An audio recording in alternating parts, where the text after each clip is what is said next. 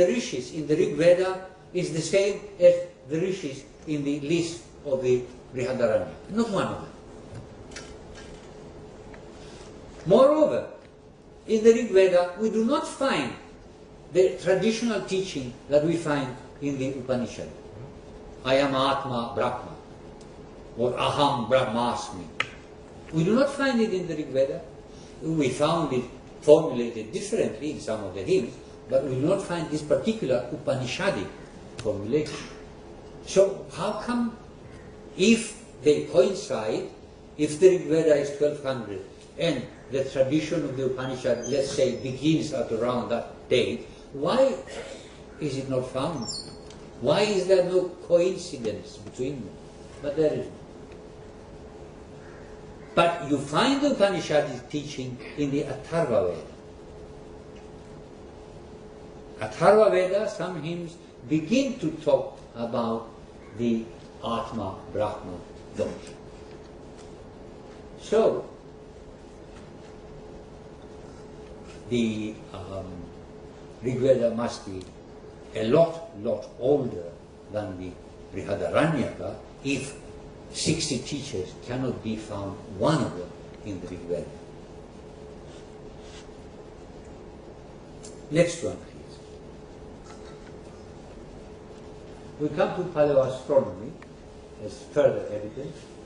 In 1969, Raghavan calculated that many astronomical references in Mahabharata converged in the year 3067. This was confirmed with computer and planetarium by astrophysicist Narahari Achar, first time in 2003. I think, in fact, it was Dr. Kalyana Raman who asked him to do that. Isn't that so? That's right. He asked him, just try it and see what you find. And he did, and he found the same year, 3067. Now, true enough, there are some doubts. Iyengar, another physicist, another great scientist down in Bangalore, has slightly different views, questions this date, but for the moment, there isn't really any significant reason to doubt Achar. So if Mahabharata begins at around about 3000, then how much older must be the Rig Veda, whose language is significantly older, very, very different.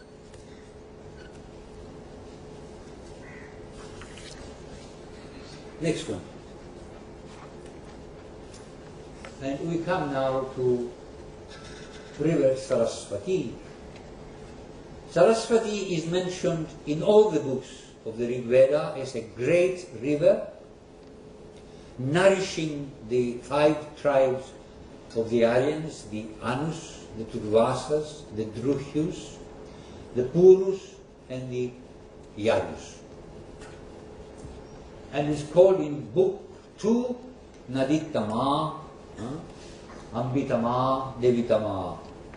Greatest river, best mother, best goddess. In book Mandala 6, in 52, it is said that Saraswati is swollen, is made large, Pinvamana, Sindubhi, by many rivers. Because lots of rivers were coming down from the Himalayas, falling into the Saraswati, and the Saraswati was flowing all the way down to the sea, an enormous river.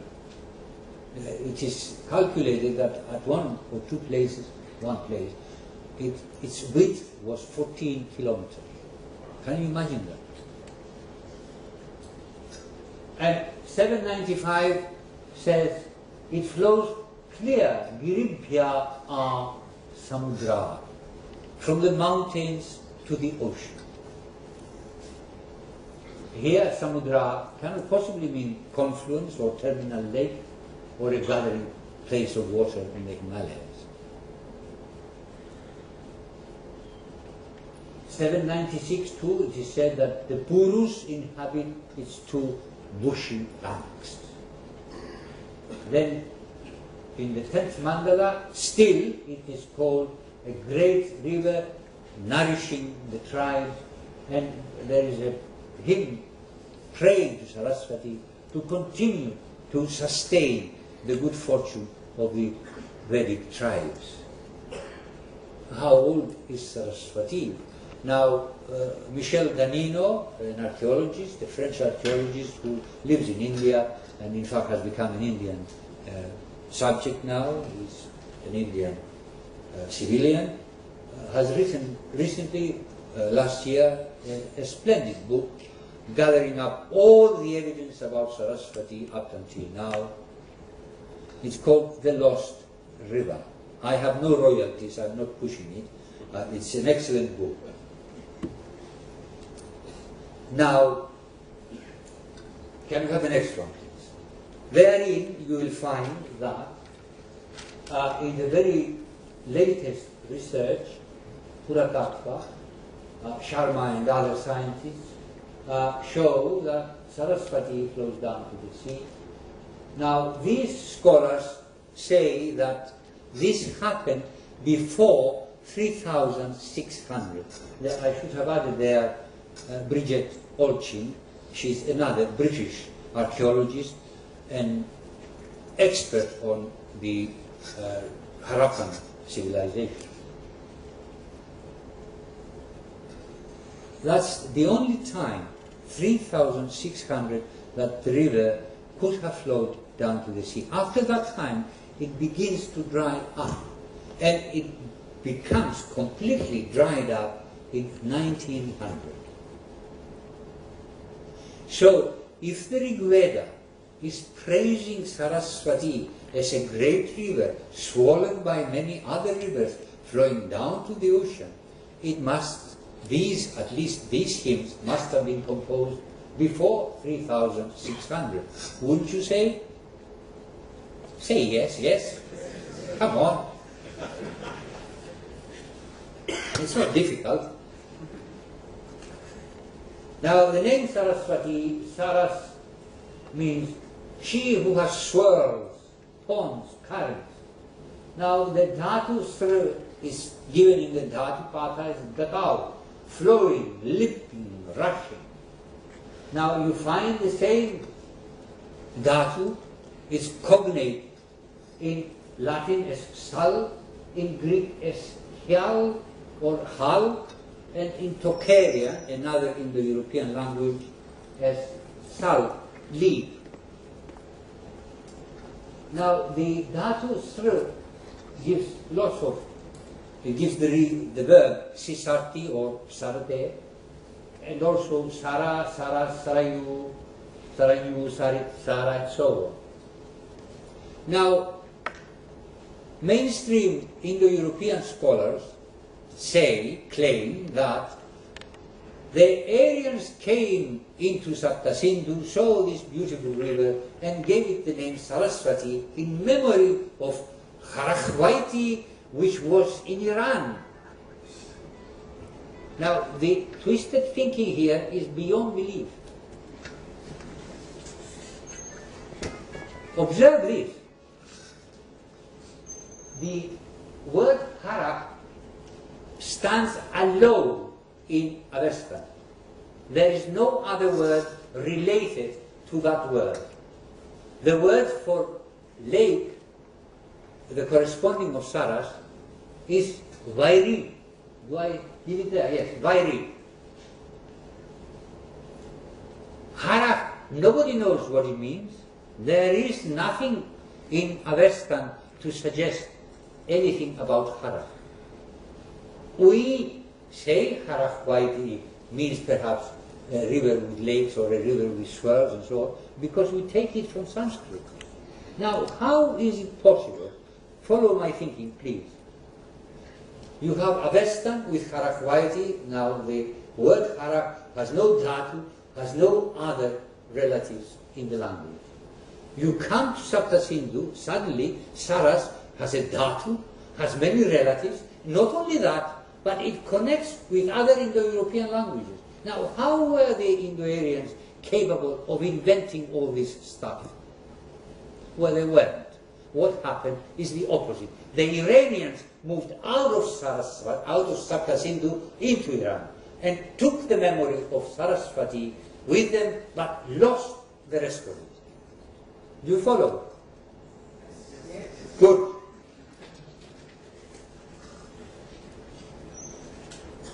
There is another aspect.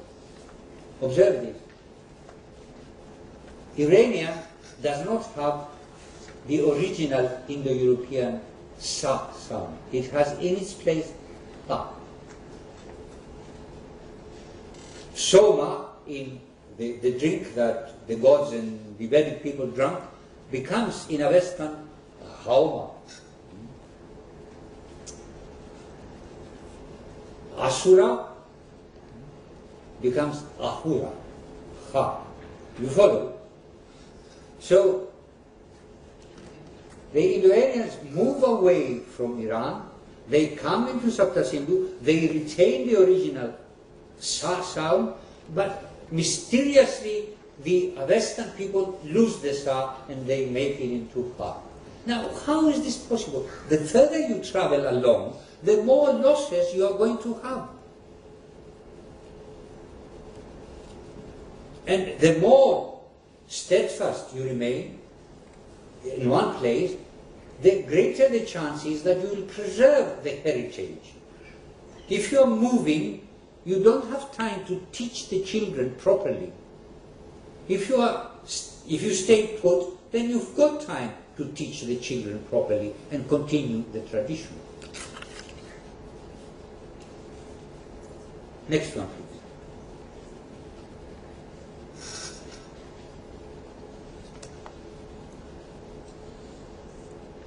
Now, I'm sorry, I'm going to be very technical linguistically here. Please forgive me. If you don't understand, it doesn't matter. What I'm trying to prove is that Vedic is much older than Avesta. You see, in Avesta, the A, the original Indo-European A, becomes E, O. Now, Vedic has Naram. Avestan has Nar. Do you follow? The original S, as I said, became Tha. The voiced aspirates like Dha become Da in Avestan. So the verb Dha, Da, Dhati, Dhana, and so on becomes in Avestan Da. And therefore it becomes indistinguishable from the verb Da, which means I give. Da means I place, Da, I give, but in Avestan both are Da. But the most significant part of the lot is that periphrastic perfect. Now, shall I go on with periphrastic perfect? Do you have any idea what periphrastic perfect is? Please, there are some linguists down there. Now, in Vedic, periphrastic perfect, we use it all the time in English. I have done. Have and done is periphrastic perfect. You use an auxiliary verb to indicate past tense. I did is aorist. It's past, but it has no auxiliary. I have done has an auxiliary, and therefore it's called periphrastic. Okay? Now, in Vedic, you have the accusative feminine, Gamayam, Chakara, or Chakre. Then in the Brahmanas, you had As and Bu. So you have a new periphrastic perfect. A new verb was used as an auxiliary. What happens in Avesta? Avestan has a periphrastic perfect with the feminine, again, accusative, but with the verb to be, ah, exactly as the Brahmanas, ash. What does this suggest?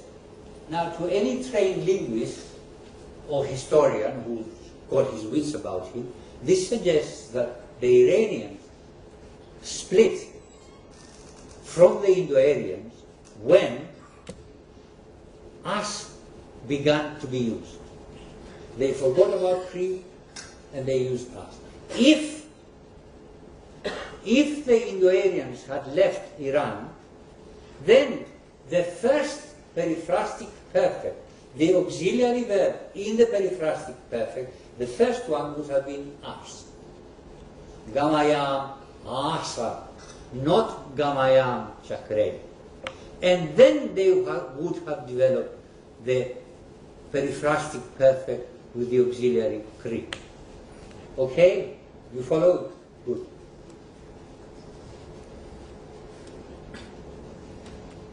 Well, I won't go any further.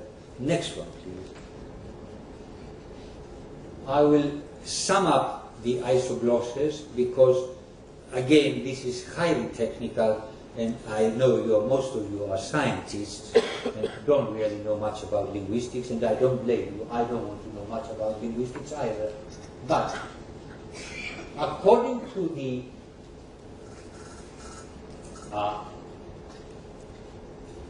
AIT, beginning from the Kurgan, people spread out and they carried the language, and the language got developed differently. But you have isoglosses that are shared between Tocharian, Italic, and Celtic. This is the so-called the Ra marker for the mediopassive perfect. Forgive me. Even I don't know what it means. Now,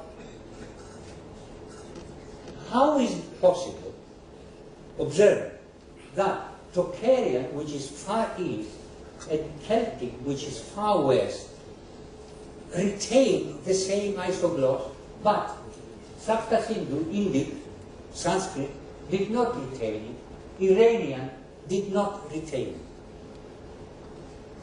How is this possible? It's not possible. This means that Tocharian, Germanic, Slavic, Albanian, Greek were together, they developed this isogloss to the exclusion of Iranian and Indic.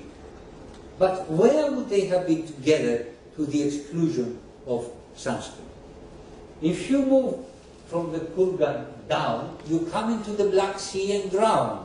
So they couldn't possibly go south. If they went up north, that means that Hittite would have to double back and come into Anatolia. Also, Greek would have to double back.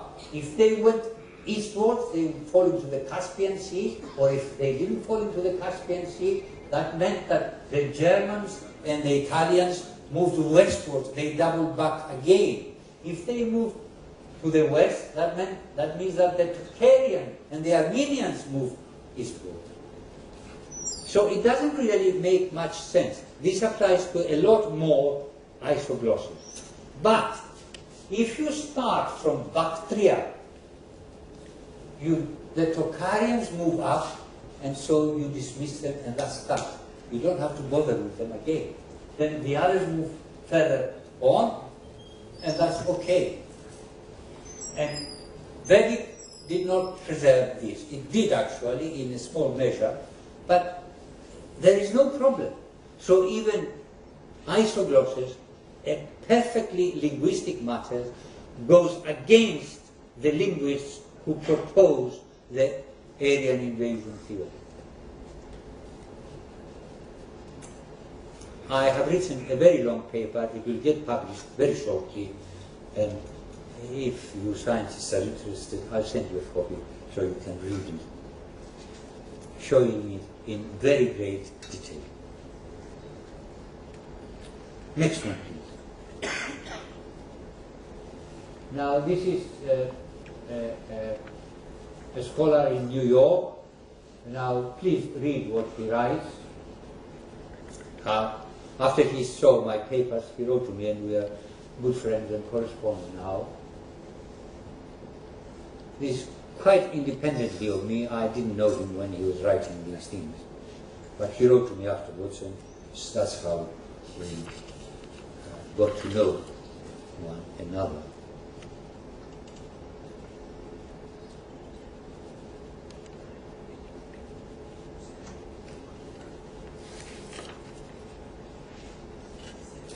Well, in David, as you see, I myself made a study of Mesopotamian religion and compared it to the Vedic religion. And in fact, the Adyar Library has published this as a monograph. I'm surprised they didn't come to bring it here so you can buy it. Again, I don't have any royalties, but it would help. It would help them. And I show that in fact Vedic is in fact much, much older than the Mesopotamian religion. So again we arrive, the Mesopotamians begin to rise into history around about 3000. Next one please, mathematics. Now this will please you all. In fact it would be very nice if some of you actually looked at the Shulva Sutras and see if you agree with Seidenberg. Seidenberg was, he's dead now, he was a great American mathematician and a historian of science, and he published 2 articles, one in 1962 and one in 1979, which we'll see, is in 1978, which we shall see. Now we come to something that nobody can argue against, DNA. Genetics. Anthropological studies, actually Kazanas, where he mentions me, Kazanas cites an anthropologist, Gregory Kennedy, from the United States. He's done the studies, and he claims that there can't have been any change in the features of the Harappan people after 4,500. There is no change. But genetic studies are, in fact, much more firm, and they tell us that there was no significant flow of genes into India between 10,000 BCE and 600 BCE. 600 BCE, in the 6th century, the Persians began to come down and they conquered parts of ancient India. So, yes, from that period onward, they can trace the influx of foreign genes, but not between 600 and 10,000. On the contrary, Oppenheimer, 2003, claims that round about 50 or 40,000 years, people having moved out of Africa into Central Asia, they began to move, perhaps, he says, from Kashmir and Sapta Sindhu into the northwest and Europe. So the flow is the other way around, according to all these geneticists.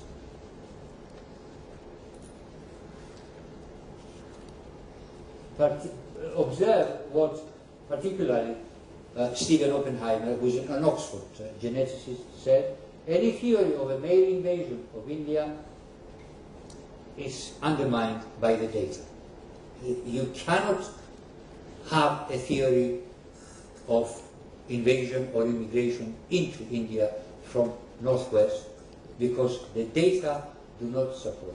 From 2003 onwards, these data are solid, they have not been disproved, and later studies like Sahu 2006 in the Scientific American, or is it the Genetic Journal of the United States, show this. Next one, please.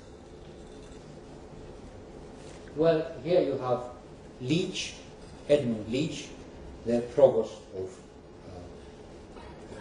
King's College.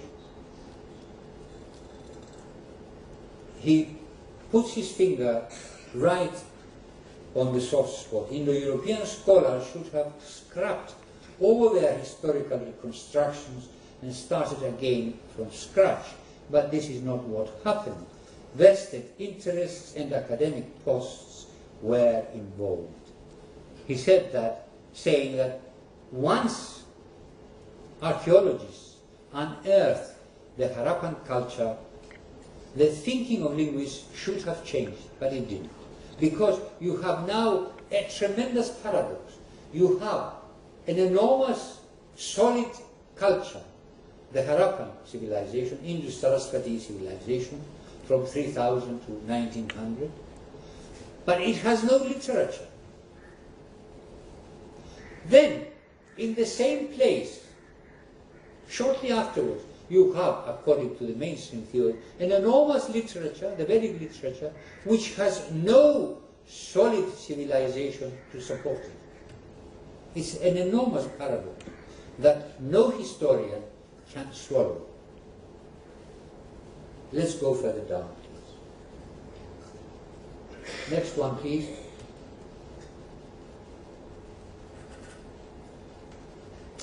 What have we got here?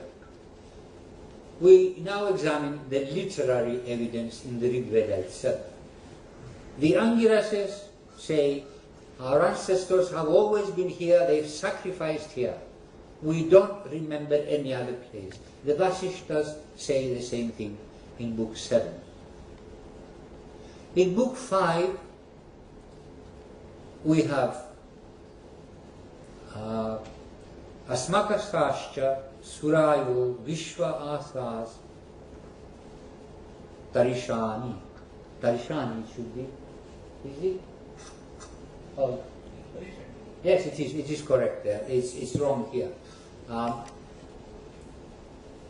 And it explains, let our sages pervade all regions. They begin to show, there are only little snippets, that they were aware of their own civilization, they were aware of their own high level of culture, and they thought that their sages should go to other regions and civilize those people. Because around about 8,000, around about 10,000, the glaciers all over Europe and Asia began to melt. And you have about 2,000 or 3,000 years of very heavy rains. But around about the 8th millennium, it was possible to start traveling. You didn't have floods, you didn't have heavy rain, and you certainly didn't have glaciers anymore. And in Mandala 7, spread far over the earth, it is said. Mandala 10, spread far the Aryan laws. In 661.9, which is a hymn to Saraswati, it is said, Sano Vishwa Adidvisha Swasri Anyaritavari Atam Aheva Surya. What does this mean? She, the goddess Saraswati, made us all, that's the 5 tribes, as we find out in stanza 12. This is stanza 9. In stanza 12, the 5 tribes are mentioned. She has made us all go beyond Ati, Dvisha, Ati, beyond enmities between us, beyond Swasri Anya, beyond the other 7 sister rivers. Ritavari, she, the goddess who follows Rita, the cosmic order. She spread us Atan as the sun Surya spreads the days. Aha. So, let's see that. Can we see that, please? So there are the 5 tribes in Sapta Sindhu being spread eastwards, southwards, northwards, westwards. Can we go back? 1. Thank you. Valdhayana Shrauda Sutra 1844 says there were 2 migrations.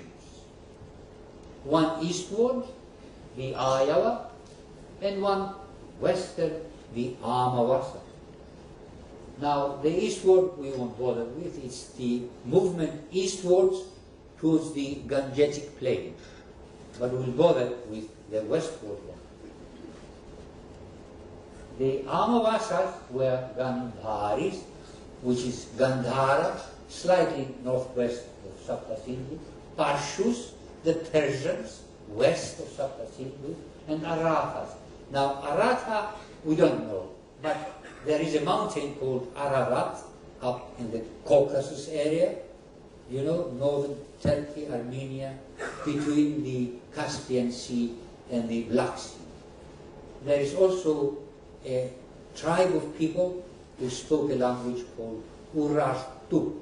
So the Arathas might well be those people. Can we have the next one, please? And then the next one. And here you have the two movements, the Arya moving towards the Ganges, and the westward one, the Amavasa. There I show people moving towards the Tocharian and other Indo-European branches, the Persians, Iran, Parshut, and moving northwestward. Well, there is a little bit more, but I think I'll stop here. Thank you very much.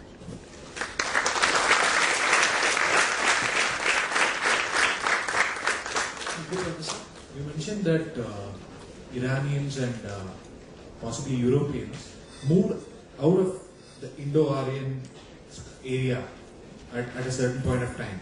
Yes. Now, what could be the possible reasons why they would do so, given that we had such a prosperous civilization running in the Indo-Aryan area? What could be the reasons why would they want to move out onto a, let's say, an unexplored area? Two reasons. One reason is that some wise people moved, to spread the Aryan laws. I mentioned that. You remember that I mentioned that? Yes. The other reason is that some were perhaps discontent. Arya does not mean a race. Arya is a particular type of person who follows the Arya way of life. Now, among the, can we go back to the tribes? Yes. Among the tribes, some people did not follow the way of life of the Arya, the noble people. They moved off, they forgot some of the laws, they became un-Arya, and in fact there were internecine wars. Some Aryan tribes fought with others. So some of them moved away, even further away, exploring new areas, settling somewhere else to be away from these objectionable areas who wouldn't have them as their brothers. That's the second reason. The third reason, there are always people who like adventure. I mean, I like adventure, that's why I come to India and meet all you people, trying to civilize you, trying to teach you your own history.